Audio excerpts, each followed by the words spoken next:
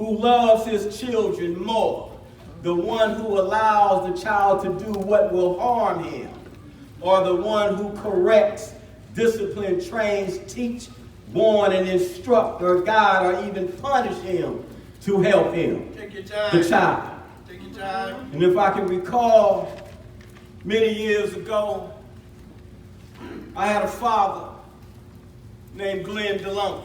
Oh. And he would always pass down these warnings before leaving home. Yes, sir. He would always pass down these disciplines and these instructions Yes, sir. before leaving home. All right. The first rule was don't let nobody in the house. All right. That's right. He would always say keep the streets in the streets. Yes, sir. Then he would say, I don't want you to touch nothing that belongs to me. Because if in the day that you do, you shall surely get a whooping.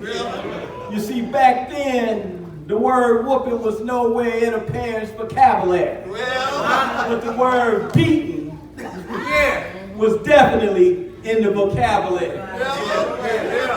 And he left home one day, John. And Tony come back home and he found Timmy, Cliff, Milton in the house with us. Now, he made all the other boys go home. But there was two twins that couldn't leave. And their names was Daryl and Dowayne Deloney. And he said, now, didn't I tell y'all before I left not to leave, not to let nobody in this house? The warnings and the disciplines was right there. Come on, preacher. And as he went to the coffee cord, he unstrapped it from the coffee cup. Watch it. And told us to strip. And because we did not follow the instructions to the T, Yes, sir. this was the end results of the discipline of my physical father. Amen. You still remember? And the next time, oh, absolutely. Never forget it. That's about 45, maybe 50 years ago. You still living? And still today, I remember the coffee cord, the lightning cord, the ironing cord, The cord. the racing car track, the fishing pole. Dad did not spare the rod. Now at the time, I didn't know if he rather loved me or he enjoyed giving us the whoop. But as I got older, I realized that what my father was simply doing was teaching his kids how to follow instructions. The Bible tells me that charity and whoopings begin at home. They say they love you and they chastise you all at the same time. You see, these kids these days don't know nothing about a country beat or a city whooping. You see, they know about time out. You see, we didn't get that. We got whooped, and now you can go back outside and show your friends what you get for not being what? Disciplined and obedient. Amen. Come on, Doc. Stay there. Then it says, it is never pleasant getting checked or disciplined by anyone, and especially by God. But God's corrections, God's warnings, and God's discipline is a sign of unconditional love for you and for I. Proverbs says in 22:6, it says, train up a child in the way that he should go. And when he is old, he will not what? Depart from it. And I see a lot of gray-haired folks in here today because they have been trained up as a child. And scripture says, and when he is old, he will not depart from it. You see, they what? They seeded us when we was what? Kids and young. Saturday mornings, the hot grease was on the stove. The hot curls was on the stove. Come on now. And Tony Daddy was getting that red high chair with the Ulster clippers.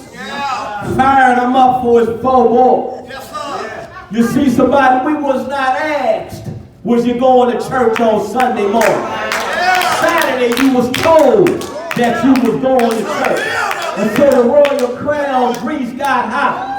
And the curling irons was on the stove. And the hairs was being pressed and curled. Those naps was being straightened out for Sunday morning. But boy, when they finished with your hair, boy, those naps was hanging down from your shoulders. And my sisters would get up and they'd swing their hair. And then it was our turn on the clippers. Out of the 4 boys, I was the last one pastor. And by the time the clippers got to me, it was hot. And they didn't have no cool off clipper back then when I was a kid. So I got that hot line and that Cavallis hot haircut. It comes Sunday morning with my shiny shoes on and my little 3-piece suit. We was off the church in the Deloney's car. Coming what? To hear about the Lord. You see, I often hear parents these days ask a child, do you want to go to church? A lot of us here today wish we had that luxury when we were kids. But we didn't have that luxury of choosing and picking as a child. The parent's job was to train up a child in the way that he should go. That child was disciplined. And the child was made to behave. When God warns and corrects you and I, we see it as proof of his divine commitment, his divine patience, his divine faithfulness and love for his children.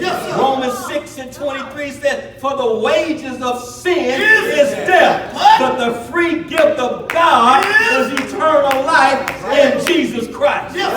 When we face hardships, pain, sickness, storms, and affliction, somebody, discouragement, it is easy to lose sight of the big picture and throw in the towel and give up. When those gray days come, days of setbacks, days of letdown, days of disappointments, trials and tribulations, days of what? Misunderstanding somebody.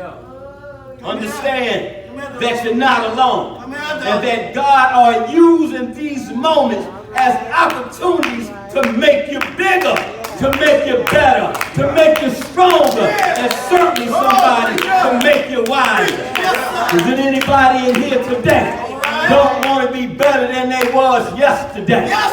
And you prayed to God last night and said, oh Lord, I want to be better than I was yesterday. I don't want to be that same Dowayne Deloney. I don't want to be that same Sister Culp. I don't want to be that same Mother Thomas. I don't want to be that same Brother Deloney. As I was yesterday. Lord, I need your instructions. I need your warnings. I need your discipline. I need your guidance. I need your warnings and your teachings. I need your guidance today. Is there anybody in here today that want to be better than they was yesterday? And the only way we can be better is through who? Christ Jesus, who strengthened us and who enabled us to run this race called life. 2 Corinthians 12:9 says, and he said to me that my grace is sufficient for you. For my what? Strength is made perfect in your weakness. Therefore, Paul said, most gladly will I rather boast in my infirmities, in my setbacks, in my letdown, in my hardship, in my sickness, in my trials and tribulations, in my affliction, somebody, knowing that the power of God is upon me. You see somebody when it ain't popular in your life, and ain't nobody else around, and the bills is due, and the pain is significant. This is God working on you, somebody. This is God reeling you in, somebody, to make you bigger, to make you stronger. Your pain is not meant to hinder you, but it's meant to help you. It's meant to build you up and strengthen you and not tear you down. When the doctor had done all he could do, that's all he could do. But I know a man, somebody, That can go beyond what the doctors say. That can go beyond what your pockets say. Thank you.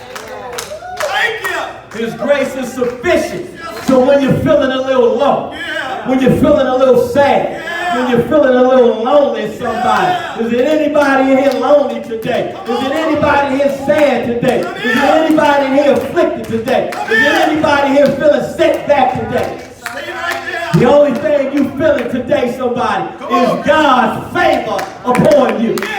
Look to your neighbor and say, neighbor, that's God's favor.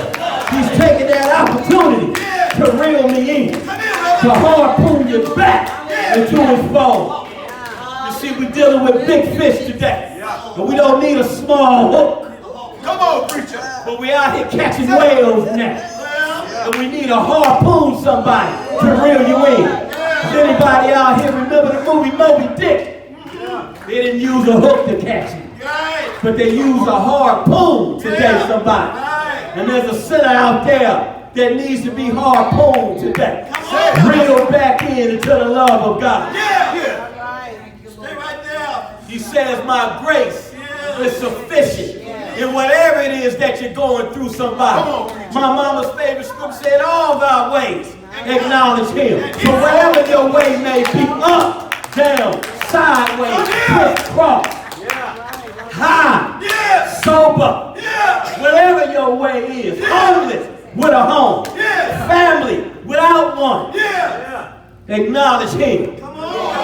He's keeping the score and the opportunity. He's making a way for you to what? Acknowledge him. Pain and suffering is your opportunity to acknowledge him. That's your discipline. Those are your warnings, somebody. This is what God uses. These are our warnings. Get close. This is my discipline. Get close. This is my love. Get close. Look to your neighbor and say,